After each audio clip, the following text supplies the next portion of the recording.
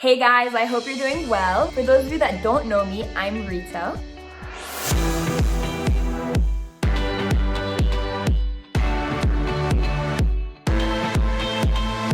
In today's video, I'm gonna be talking about how I went 7 months with no smartphone and no social media. If you enjoy this video, if you aren't already subscribed, please do, and please like it and leave a comment. So basically, in early November 2017 until end of May 2018, I did not have a smartphone at all. What I did was that I switched my smartphone to this. So this is actually, I call it a Nokia, but it's actually called an Alcatel One Touch. I customized it with nail polish. I don't know if you can see that. And I made it my phone for my entire last year of high school. And also I kept Facebook because I still had school projects going on. So I used Facebook on my computer to message any of my group chats because I had like study groups on there. And I obviously kept email because I needed to email teachers and submit assignments. But honestly, that's not social media at all. I actually switched from my iPhone to this Nokia only because I didn't want to be able to re-download the app. So I just completely got rid of the entire phone and anything that could possibly lead me to going on social media so that I wouldn't. Also, I needed some way to be able to contact my parents in case of emergency or if I needed someone to pick me up from school. And it also worked as an alarm, which was really useful, but it had this horrible ringtone in the morning. That was so bad. But other than that, it was pretty useful. I don't think I could have done this with absolutely no phone just because I'd be scared to go out and then need someone to pick me up or get in a problem and not be able to contact anyone.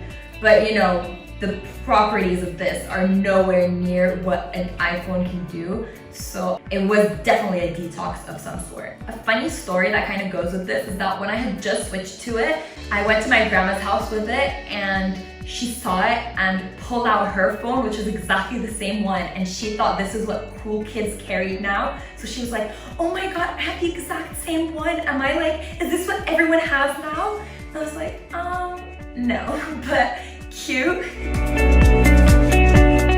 I think the coolest thing about this phone is that it has this old school keyboard. And I just felt like I was bringing flip phones back. I felt so cool with it. I would genuinely own it in the hallways. I was getting all these messages from friends as well that just wanted to see how it would come onto my phone, or like they used to try and play around with it. And there was also a radio that I could listen to with it. It's honestly a really cool phone to have for a few months. So what incited this whole thing was actually that I got in a fight with a friend because I posted a story. And I don't know if this is just my unlucky self, but I just find that sometimes social media can really cause problems that are really avoidable. So you'll post a story and then someone wasn't invited somewhere or something like that. It causes drama. And to me, that was what really started this, is that I had a like big drama incident that could have totally been avoided from one story. So I was like, oh my God, like this was so stupid. This should not have happened. I'm so sick of social media. I don't want this anymore. Also, I had other reasons, like this one fight did not determine my entire 7-month detox, but it was just a very busy period for me. This was the beginning of my last year of high school, so I had a ton of deadlines. If you took IB, you know that there's extended essay, IAs due at that time, and also for med school, I had 3 entrance exams in that period of time. So I was just really distracted and just wanted to stay focused. I also think I was someone who was really attached to my phone and social media. I mean, I'd be going to school in the morning on my phone, checking my phone. It was the first thing I do when I wake up is check my phone. And in class, I'd be checking my phone. I mean, it was just, I was constantly on my phone. So obviously I needed a detox. It was a must, and I'm really, really happy I did it. So I actually did break the rules like twice. The first one was in early January, so I had already gone 2 full months without touching it. And then I went and got it during an MUN conference because I didn't want to have no phone while I was taking pictures, and there was just so much happening during that conference that I didn't want to not have any form of contact with anyone. So I kept my phone for those 4 days, and then at the end of the conference, I put it away and didn't touch it again. And then again, early April, it was my birthday, it was my 18th.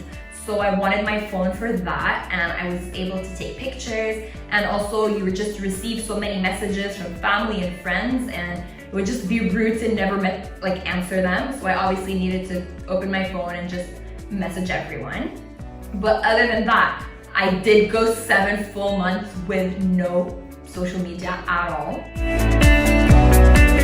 So what I learned from this experience was honestly amazing. I found that my productivity increased drastically. I genuinely had no distractions. I was just able to work, and I didn't have anything else to check.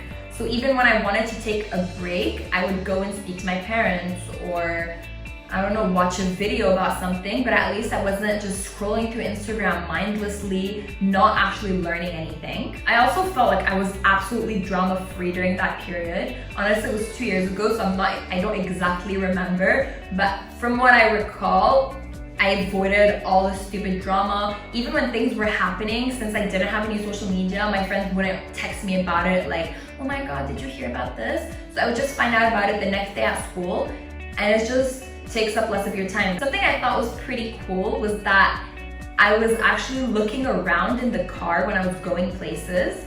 And I know this is a bit weird because I'm sure a lot of people just don't use their phone in a car, look around when they feel like it. But I was always on my phone. So when I didn't have this phone anymore, I actually looked out the window on my way to school. I saw all this new artwork that was around my city. I was really appreciating the beauty of nature all around me. And I even went to Barcelona without my phone, and I just got to look around. You're genuinely living in the moment, and that was really, really worth it. In the long term, I have to say that I don't think it had long-term effects, because I could say I'm genuinely as addicted right now to my phone as I was before, but I did get a better appreciation of having a private life. Since I wasn't able to post anything for those 7 months, I realized that it's okay to not post. So I'm now, since then, I've just posted a lot less, and I'm keeping my life more to myself. And I've genuinely liked that, so that's good. That sounds stupid because I'm making a YouTube video talking about my life, but I guess it's not the same when you're snapping everything you do in a day. But yeah, don't judge me for this.